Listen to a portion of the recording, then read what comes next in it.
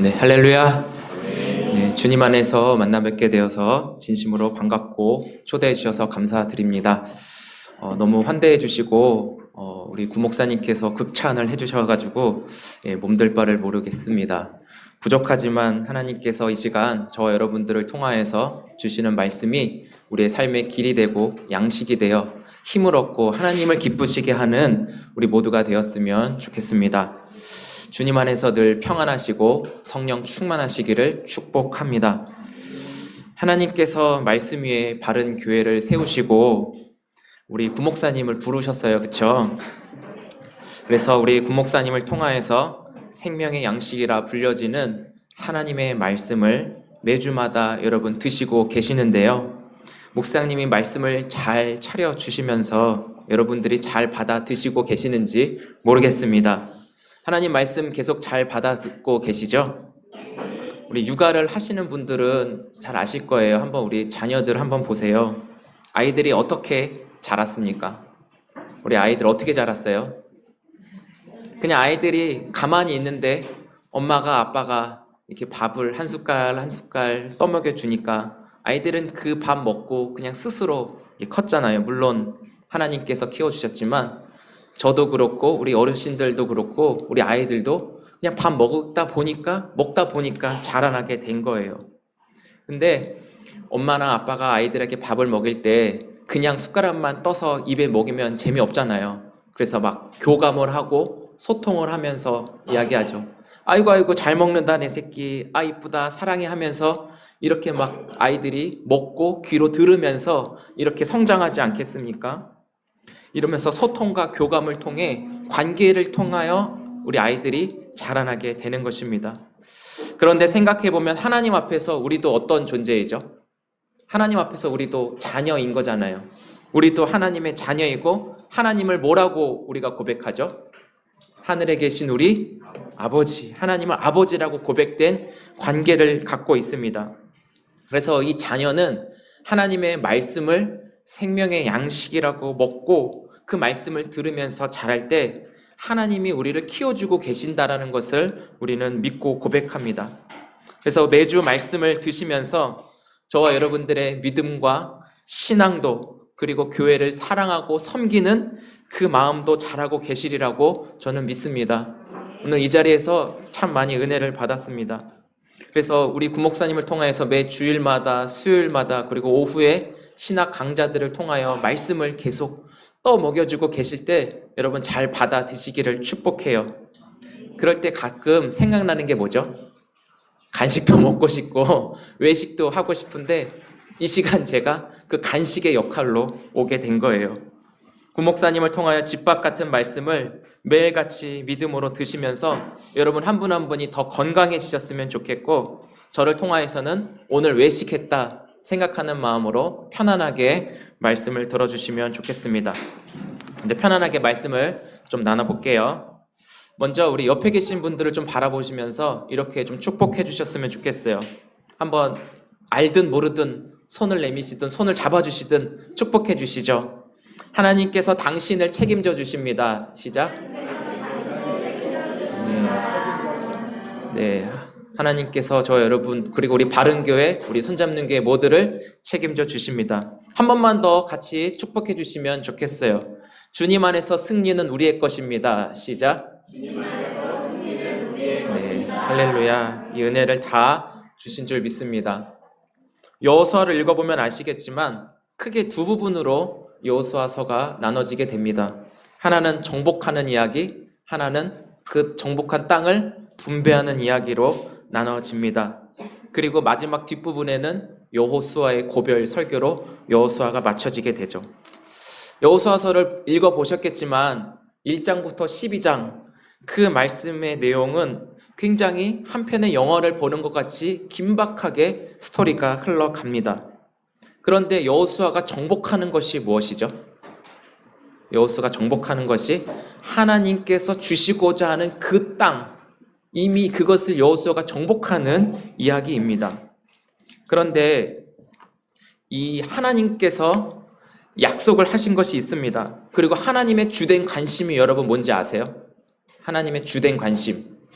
한번 좀 따라해 보실까요? 하나님 나라. 하나님의 주된 관심은 바로 하나님 나라였습니다. 그래서 하나님은 하나님의 그 나라를 이루시기 위하여 먼저 아브라함을 택하여 부르셨죠. 그래서 아브라함과 언약을 맺으셨는데 그 언약의 세 가지 핵심이 바로 백성, 그리고 복, 그리고 마지막으로 땅에 관한 것이었어요. 여호수아 이전에 두 가지는 이미 성취가 되었죠.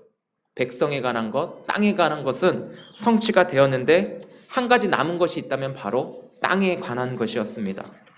이 땅은 여호수아를 통하여서 하나님이 성취하실 것에 대한 말씀입니다. 왜냐하면 모세도 하나님이 약속하시고자 하는 그 땅에 들어가고 싶어 하셨잖아요. 모세도 하나님 저 들어가면 안 됩니까 했을 때 단호하게 하나님께서 모압 땅에서 모세의 끝을 맺게 하셨습니다. 대신에 모세의 후계자 그 여호수아를 통하여 하나님은 말씀을 주시고 이렇게 여호수아를 단련시킵니다. 하나님께서 모세가 죽고 나서 여호수아에게 주신 말씀 중에 우리가 잘 아는 대로 강하고 담대하라 내가 너와 함께 할 것이다 라고 말씀하시면서 여호수아에게 하나의 조건을 제시하십니다. 우리 한번 여호수아 1장 8절 말씀을 같이 한번 보실까요? 여호수아 1장 8절. 좀 몇 군데 성경을 찾기도 할 거니까 좀 성경을 좀 가까이 두고 계시면 좋겠어요. 여호수아 1장 8절 우리 찾으셨으면 우리 한 목소리로 같이 읽어보시겠습니다. 시작. 이 율법책을 내 입에서 떠나지 말게 하며 주야로 그것을 묵상하여 그 안에 기록된 대로 다 지켜 행하라. 그리하면 내 길이 평탄하게 될 것이며 내가 형통하리라. 아멘. 하나님께서 여호수아에게 약속하시고 제시하신 것이 바로 이 1장 8절 말씀입니다. 하나님께서 여호수아와 그의 공동체에게 행하라는 것 단 한 가지가 바로 그 말씀을 입에서 떠나게 하지 말고 주야로 묵상하라라는 것이었습니다. 여호수아뿐만 아니라 이 말씀은 그 여호수아 공동체에도 행해야 하는 하나님의 명령입니다. 왜냐하면 나머지는 그 말씀 안에서 하나님이 하실 것을 생생하게 보도록 하시기 때문이죠.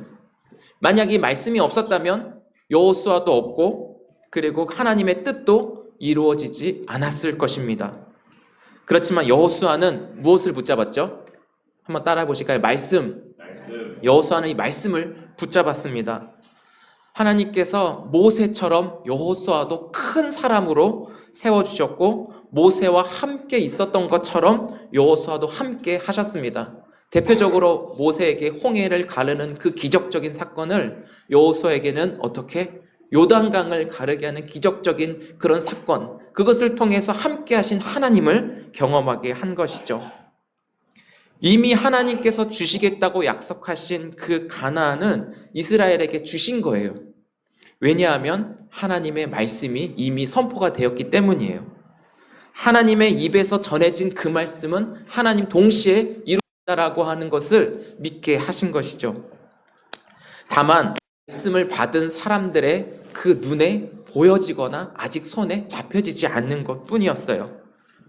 여호수아와 이스라엘 백성들은 하나님의 말씀으로 주신 그 땅을 실제로 차지하기 위해 이동하는 과정 중에 오늘 말씀에 우리가 만나게 된 것이죠. 이 과정 중에 그 앞에서도 우리가 여호수아 잠깐 제가 요약을 해드리는 건데요. 사람의 방법을 동원해서 건널 수 없는 그 요단. 그렇지만 하나님께서 길을 내셔서 60만 명 같이 엄청나게 큰 장정, 수많은 사람들과 그의 가족들까지 다 건너갈 수 있게 하나님이 친히 길이 되어 주셨습니다. 여기에 핵심은 하나님의 그 임재가 핵심인데요. 언약궤를 통해 하나님이 그곳에 임재하고 계시다라는 것을 보여주셨거든요. 임재하신 그 임재를 상징하는 그 언약궤를 통하여 하나님께서 그 자리에 함께 하시고 이스라엘 백성들은 임재하신 하나님만을 바라보고 하나님 따라 걸어가게끔 요단강을 건너게 하신 것이죠. 그리고 길갈에서 할례를 다시 받으면서 거기서 모든 수치들을 다 씻어 주셨으며 가나안 땅을 차지하는 그 백성이 할례를 통하여서 하나님과 이스라엘 백성과의 그 관계, 하나님의 하나님이시고 이들은 하나님의 백성이라고 하는 정체성을 언약이라고 하는 그 언약적 관계를 할례를 통하여 허락해 주셨습니다. 그리고 나서 여리고에 가까이 이르렀을 때 여호수아가 누구를 만나죠? 5장 끝부분에 보면은 군대 대장이라고 하는 자를 여호수아가 대면하게 됩니다. 군대 대장 앞에서 여호수아가 얼굴을 땅에 대고 엎드리며 절을 해요. 그리고 여기서 여호수아가 말을 합니다. 어떤 말이냐면 저를 한번 좀 같이 따라해 보실까요? 내 주여, 종에게 무슨 말씀을 하시려고 합니까? 네. 약속의 땅을 차지하러 가는 이 과정 가운데 하나님은 계속 여호수아에게 말씀을 주고 계시고 그 말씀대로 걸음과 행동을 인도하고 계신다라는 것이죠. 정말 중요해요. 여호수아가 여리고성을 차지하러 가기 이전에 여호수아가 하나님의 군대 대장을 만나서 하나님의 말씀을 듣고 움직이려고 하는 그게 우리의 신앙에서도 굉장히 배우고 닮아야 하는 부분이라는 것입니다. 약속의 땅을 차지하는 그 과정 중에 하나님의 말씀이 들려져야 움직이지, 내가 한번 해봤다고, 내가 경험해봤다고 그냥 내 계획대로 움직이다가는 뒤에서 우리 7장에 어떤 게 있냐면 아이성 전투처럼 패배하는 그런 사례도 보여주십니다. 그래서 여호수아도 그 말씀을 듣고 행동을 취하는데요. 어떤 행동을 취하게 되죠? 우리 한번 5장 15절 말씀을 같이 한번 읽어보겠습니다. 여호수아서 5장 15절 같이 한번 읽어보겠습니다. 시작. 여호와의 군대 대장이 여호수아에게 이르되 내 발에서 신을 벗으라. 내가 선 곳은 거룩하니라 하니 여호수아가 그대로 행하니라. 아멘. 그 말씀 해달라고 했을 때 여호수아가 이 말씀을 듣게 된 것입니다. 그때 우리가 잘 아는 대로 모세도 떨기나무에서 이 사건을 경험했었고 여호수아도 군대 대장 앞에서 함께 들렸던 말씀이 신을 벗으라. 내 신을 벗으라. 이게 어떤 의미가 있을까요? 내 신을 벗으라. 그냥 맨발로 네가 알아서 가라 이런 의미일까요? 아니면 여호수아 네 마음대로 가라 이런 의미일까요? 그런 의미가 아닌 것이죠. 하나님께서 그의 걸음을 인도하신다는 의미가 담겨 있어요. 철저하로 하나님 앞에 엎드리고 복종하고 순종하는 의미를 내포하는 것이죠. 우리가 이 사실 우리가 오늘 여호수아 6장을 다 읽어야 되는데 시간 관계상 이 중간만 읽은 거예요. 근데 이 여호수아 6장 우리가 흔히 잘 아는 여리고성 전투라고 불려지지 않습니까? 이 여리고성 전투하면 여러분 어떤 기억이 있으세요? 여리고성 전투? 우리 앞에 친구 이름이 뭐예요? 쑥스러워요. 여리고성 전투에 대해서 혹시 이야기 들어봤어요? 들어보셨구나. 우리 주일학교 아이들과도 이 여호수아 6장 여리고성 전투 이야기를 나눌 때 그냥 하루에 한 바퀴씩 돌고 일곱째 날은 7바퀴 돌면 그 성이 무너진대요. 그냥 대부분 이런 식으로 들었어요. 저도 주일학교 때 그냥 여기까지만 듣고 자랐습니다. 근데 이게 싸움의 전략이 싸움의 기술일까요?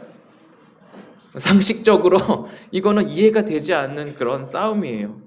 실제로 이 싸움대로 한번 따라한다고 성경이 기록됐다고 이 싸움대로 해보라고 한다면 주변의 사람들은 다 이상한 사람, 도른 사람으로 취급을 하게 될 것입니다. 그렇지만 우리가 기억하고 집중해야 할 것이 있는데 우리는 어떤 상황에 놓일 때 여호수아가 군대 대장을 만났을 때 그 사건과 그 이야기를 먼저 떠올려야 한다는 것이죠. 여호수아가 군대 대장을 만났을 때 얼굴을 땅에 대고 엎드리며 이 겸손의 표현으로 방금 고백한 대로 주여 주의 종에게 무슨 말씀을 하시려고 하십니까? 우리는 이 질문을 먼저 던지고 그 대답을 듣고 움직여야 된다는 거예요.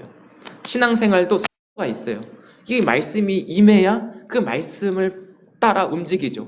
회사에서 생활하시는 분도 마찬가지잖아요. 사장님이 오더를 내려야 그 오더를 받고 움직이는 것. 좀 비유가 그렇지만 이 흐름이에요, 이게. 그런데 이처럼 하나님의 말씀이 여호수아에게 임했다라고 하는 것, 저는 여기에 이 부분을 강조해드리고 싶은 거예요. 사람들의 눈에는 하나님이 보이지 않아도 하나님의 말씀이 하나님의 말씀으로 믿어지고 들려졌다라는 것은 바로 하나님과 나 사이에 관계가 형성된 것이고 할례를 통해 이미 그것이 증명이 되었잖아요. 이때는 하나님의 말씀이 어떻게 들리더라도 내 상식과 이해와 경험과 전혀 다르다 할지라도 하나님의 말씀으로 임했다면, 하나님의 말씀으로 들려졌다면 말씀으로 찾아오신 하나님 자체를 믿는 거예요. 상식적이지 않아도 충분히 순종할 수 있도록. 왜? 그분이 천지를 창조하시고 온 땅을 다스리시고 통치하시는 하나님이시기 때문이에요. 그 하나님께 여러분 순종할 수 있겠습니까? 내 상식과 이해를 벗어나서 말씀하신 하나님께 완전히 순종하실 수 있겠습니까? 아니에요. 여리고성 전투가 바로 이런 싸움입니다. 우리 여호수아 6장 2절 3절 말씀도 같이 한번 좀 읽어보겠습니다. 여호수아 6장 2절 3절 같이 한번 읽어볼게요. 시작. 여호와께서 여호수아에게 이르시되 보라 내가 여리고와 그 왕과 용사들을 내 손에 넘겨주었으니 너희 모든 군사는 그 성 둘러 성 주위를 매일 한 번씩 돌되 엿새 동안을 그리하라. 아멘. 말씀이 임했죠. 여리고와 그 왕 그리고 용사들을 손에 넘겨주었다라고 하는 것은 이미 하나님이 넘겨주신 거예요. 승리가 여호수아와 이스라엘 그 공동체에 전해진 것입니다. 그런데 하나님이 어떻게 하래요? 심을 보신 하나님이 성 주위를 돌으래요. 매일 한 번씩 돌되 엿새 동안 하라고 하였습니다. 결과적으로는 다 받은 거예요. 하나님의 말씀에 순종만 하면 되는 것이었습니다. 이것이 바로 하나님과 관계 맺은 자의 삶이 살아가는 방식입니다. 하지만 여호수아와 이스라엘 백성들이 가나안 땅을 정복하기 위해서 여리고성을 반드시 지형적으로 거쳐야 했습니다. 여리고성은 철옹성처럼 딱 버티고 있는데 정확한 것은 아니지만 대략 수치가 7.5m 정도 되는 높이에 두께가 6m, 성곽 전체의 길이는 한 600m 정도 된다라고 하더라고요. 그리고 크기는 한 12,000평 정도. 대략 이 수치를 들었을 때 굉장히 크게 느껴지시나요? 작게 느껴지시나요? 저도 엄청 큰 줄 알았는데 이 12,000평, 저도 막 유튜브 찾아보고 강의도 들어보고 하면서 정확하게 모르니까 뭐가 맞는 건지 좀 이렇게 공부를 했어요. 그랬더니 그 어떤 고고학자가 그 가르쳐준 그런 수치를 여러분들께 말씀을 드린 건데, 인터넷에 여러분 나중에 한번 찾아보시고 또 모르는 건 우리 구목사님한테 다시 한번 여쭤보세요. 그런데 제가 말씀을 준비하면서도 이 규격을 보고 특별히 12,000평이 되는 규모가 어느 정도 크기일까 궁금해서 검색을 좀 해봤어요. 여러분 12,000평이면 어느 정도라고 예상이 되세요? 12,000평? 근데 제가 이 검색창에 12,000평을 이렇게 쳐보니까 이렇게 되어 있어요. 원주 혁신도시, 마크빈 베이커링 카페, 강원 원주정, 12,000평의 독보적인 규모의 초대형 카페, 이렇게 블로그가 딱 나와 있더라고요. 야, 이 그 한 바퀴, 이걸 여리고성과 비교할 수 없지만 와, 그냥 생각보다 크지 않은 거예요. 이스라엘 백성들도 그 성 주위를 도는 그 군인들이 얼마나 많겠어요. 근데 야, 이게 쉽지 않은 싸움이겠구나라는 것을 알게 되었습니다. 그런데 이 여리고성 성벽이 이중으로 둘러싸여 있대요. 그러면서 이 가나안 사람들, 이 여리고 사람들에게는 이 성을 천하무적으로 여겨지게 된 것입니다. 어떻게 보면 이 여리고 성이 힘의 상징이에요.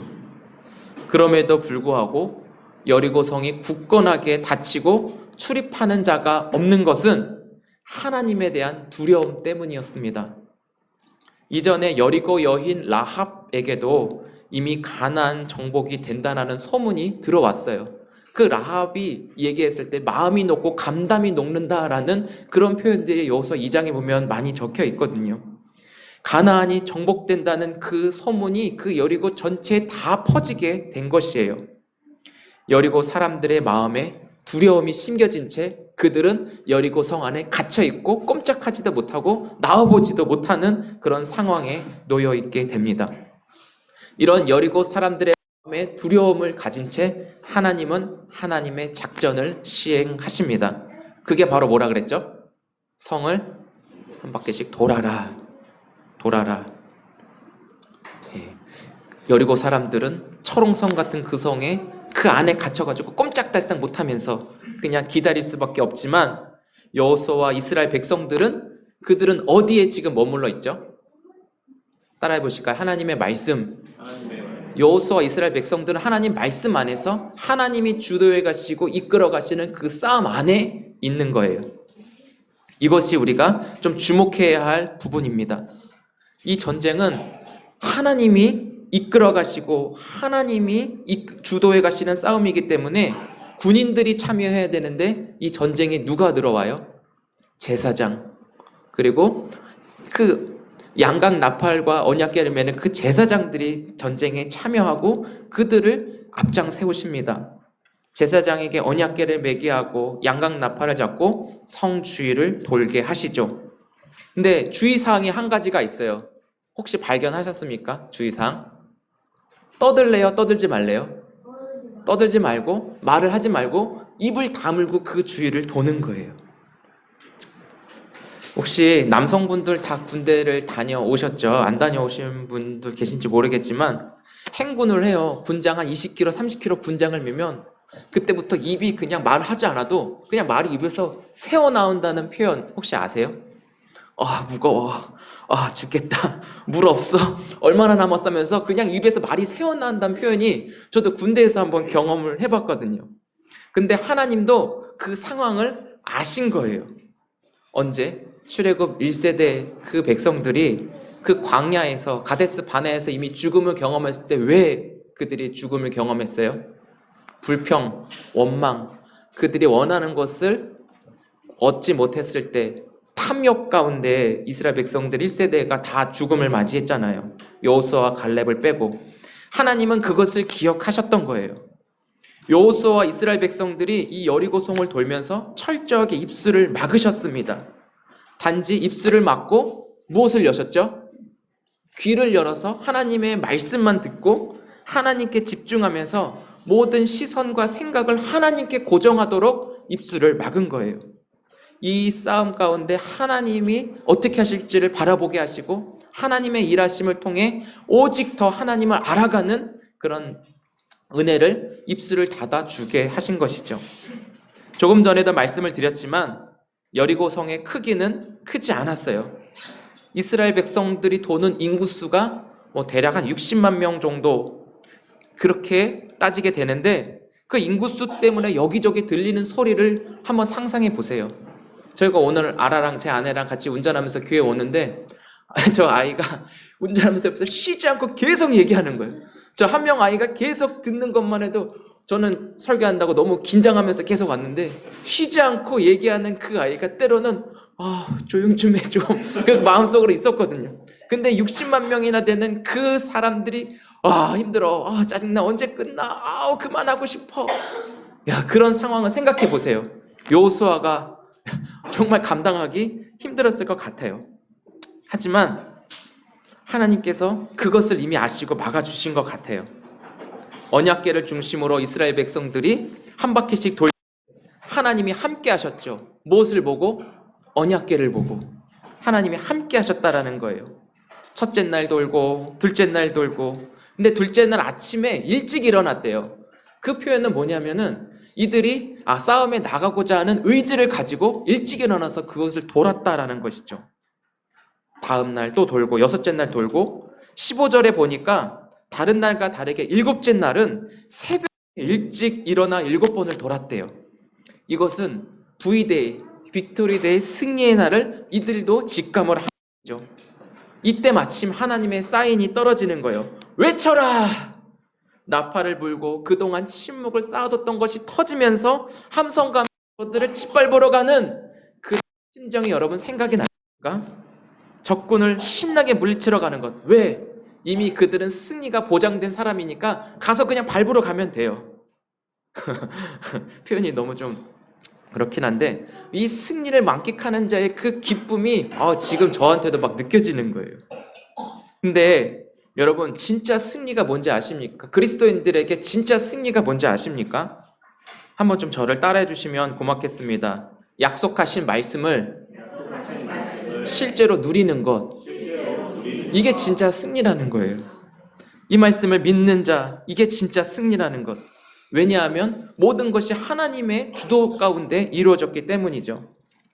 이미 모세 때부터 그 약속의 땅 가나안을 주신다고 하였는데 가장 큰 관문은 굳게 닫힌 저 여리고성을 하나님의 말씀으로 무너뜨려 주셨고 이 성을 주셨다라고 하는 그 승리가 바로 이스라엘 것이라는 것을 말씀으로 전해주고 있습니다.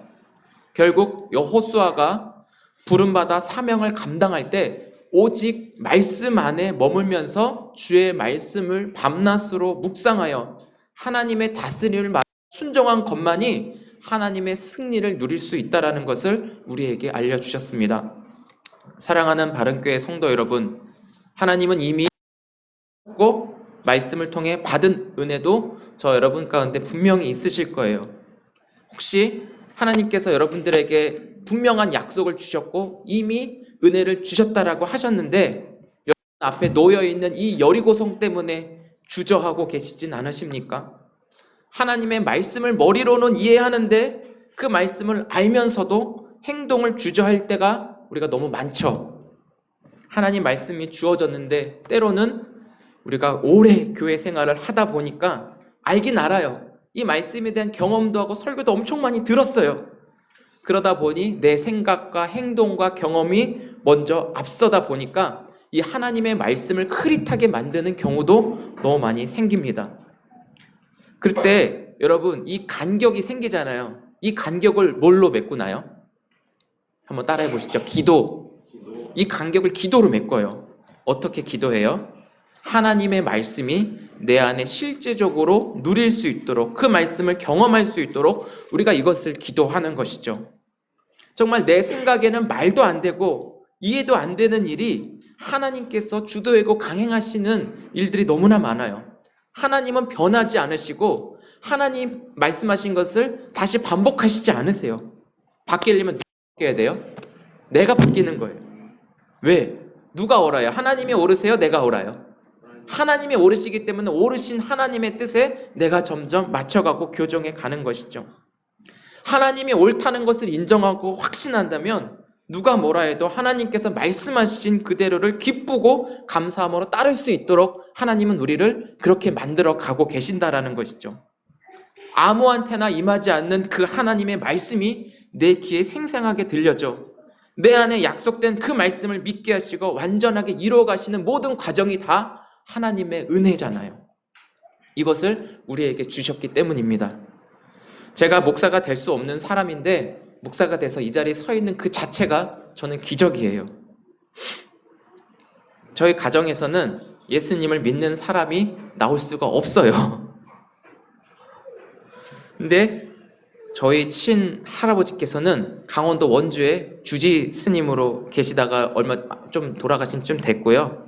저희 아버지도 자칫 잘못하면 스님이 되실 뻔 하신 그런 분이에요. 배경이 이렇습니다. 어머니는 모태신앙이 아닌데 죽을 뻔한 그런 고비를 넘기고 중간에 예수님을 뜨겁게 만나신 분이셔요. 정말 어머니가 생명 걸고 그 목숨 지켜가며 저와 제 여동생에게 예수 그리스도를 믿는 그 믿음을 갖게 하셨습니다. 이 과정이 있기까지 저한테는 아버지라고 하는 여리고성이 떡하고 존재했는데요. 이 당시의 상황이 영적인 전쟁이 굉장히 치열했었습니다. 정말 생명 걸고 이 싸움을 할 정도였으니까요. 어떻게든 아버지가 저한테 예수 믿지 못하게 하려고 온갖 노력을 다 하셨습니다.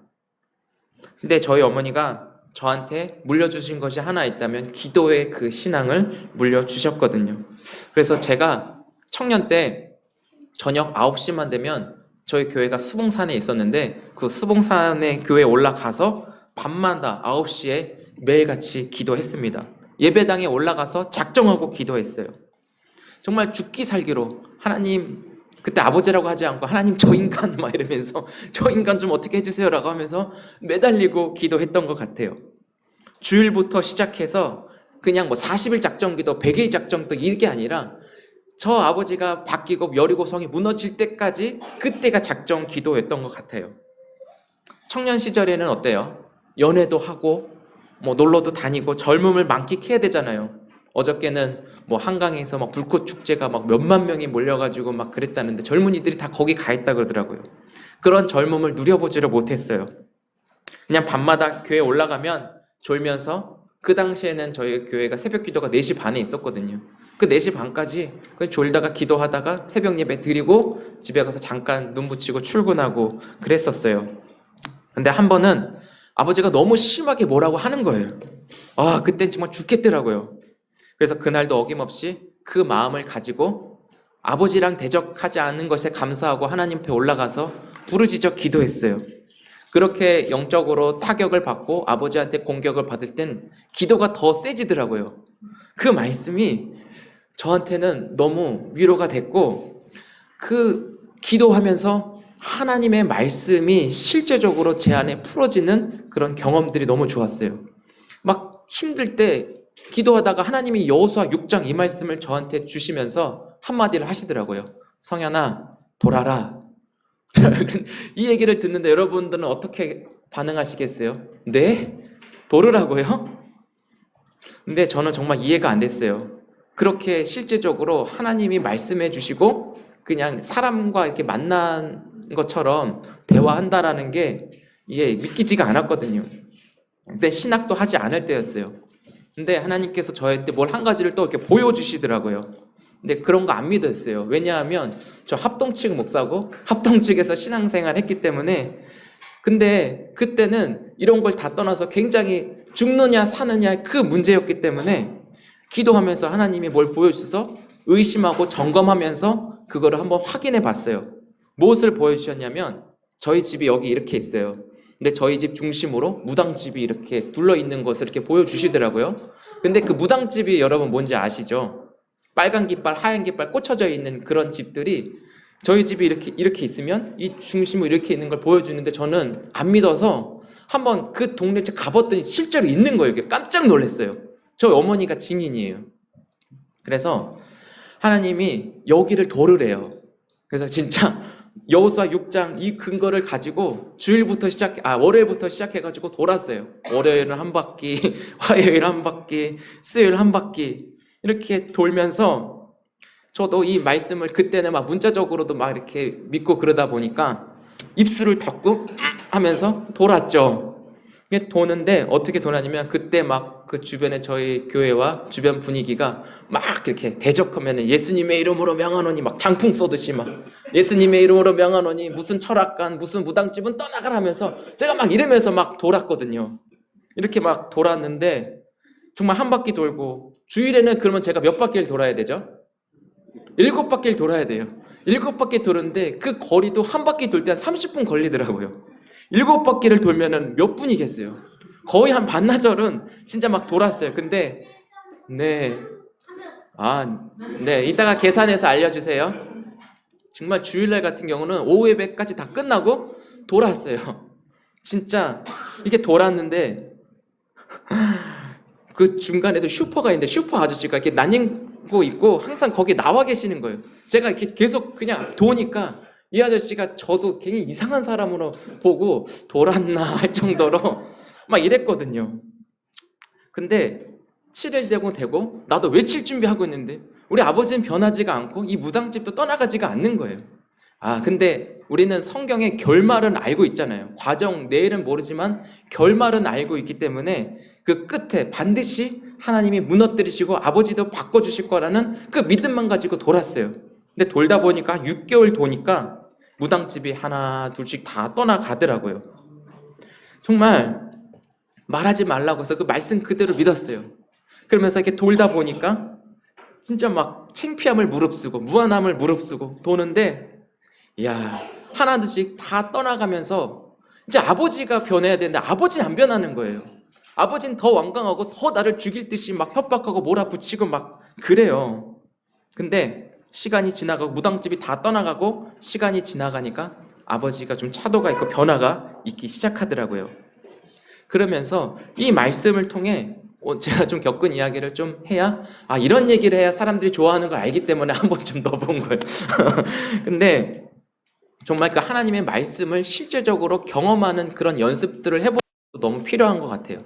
내 삶에 적용시켜서 되든 안 되든 하나님의 말씀이니까 부딪혀 보면 여리고성이 무너질 때 길이 생기는 것처럼 그 말씀 속에 내 두려움이 무너져서 세계를 여시는 하나님이 경험되어질 때 여러분 안에 신앙생활이 더 재밌어지고 부목사님을 더 괴롭히면서 또 말씀 더 들려주세요라고 하는 그 은혜들이 계속 있게 되는 거예요. 그럼 오늘 말씀 제목이 뭔지 기억나십니까? 돌아보니 이긴 싸움. 근데 이 돌아보니에 이 도라에 물음표가 있는 게 왜 제가 물음표를 넣었을까요? 이 돌아보니 할 때 돈다라고 하는 것은 여러 가지 의미가 있어서 이 두 가지 의미를 좀 담고 있어서 이렇게 물음표를 넣었어요. 돈다라고 했을 때 여러 가지가 의미가 있지만 하나님의 사람들이 예수님을 믿고 거듭나서 새로운 걸음을 걷게 되고 있잖아요. 우리가 다 이 과정을 걸어가고 있는데요. 예수님을 믿다가 때로는 방황도 많이 해요. 방황하다가 다시 온 사람들도 많이 있어요. 그래서 밖으로 겉도는 경우들도 굉장히 있죠. 그렇지만 자기들은 방황한다고 생각했지만 그 사람들은 그 방황하는 것도 하나님의 계획 가운데 있다라는 것을 예수 믿는 사람들은 알고 있어요. 그래서 우리가 때로는 밖으로 겉돌 때 두려운 일들이 있거나 하나님을 오해하거나 시험이 들거나 그래서 믿음이 약해지는 경우가 있어요. 이것을 뭐라고 하는 게 아니라 이것은 다 누구나 겪는 일이라는 것이죠.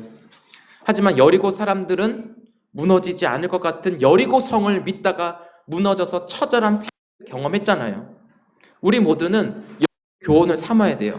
내 모습이 어떠하든 나의 사회적 지위가 어디에 있든지 간에 상관없이 우리의 정체성은 뭐다? 하나님의 자녀다.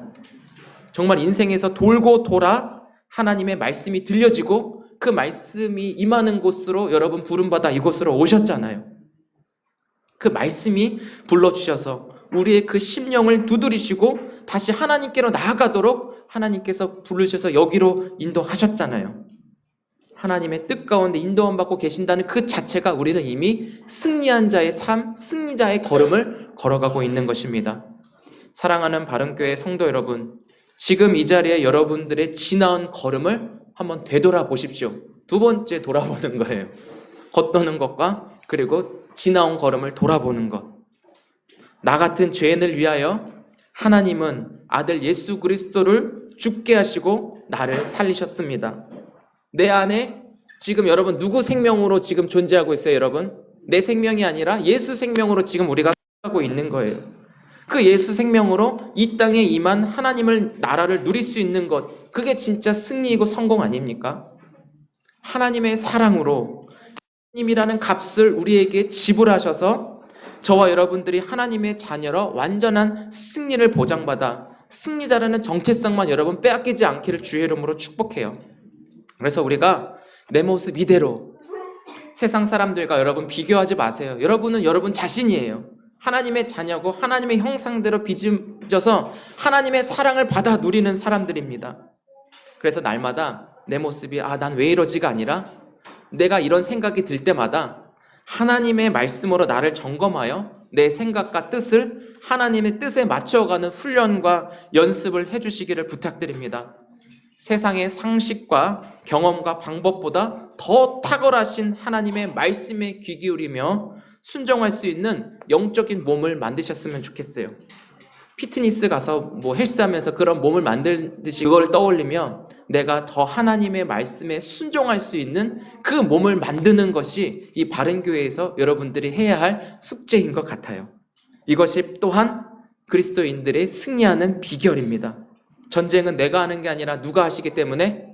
하나님이 하시기 때문입니다. 그래서 바른교회에서 우리 구목사님이 하자고 하는 거 짜고 하는 얘기 아니에요. 근데 말씀 이렇게 전하다 보니까 연결이 됐는데 구목사님이 하자고 하는 그 모든 것들을 감사함으로 참여해 주셨으면 좋겠어요. 왜? 그 말씀이 전해지는 곳에 하나님이 어떻게 그 말씀으로 여러분의 인생을 어떻게 책임지시기 모르기 때문이에요. 집밥 매일 주일 수요일 설교도 잘 들으시고 그 말씀을 통해 성령께서 여러분들에게 말씀을 주실 거예요. 분명히.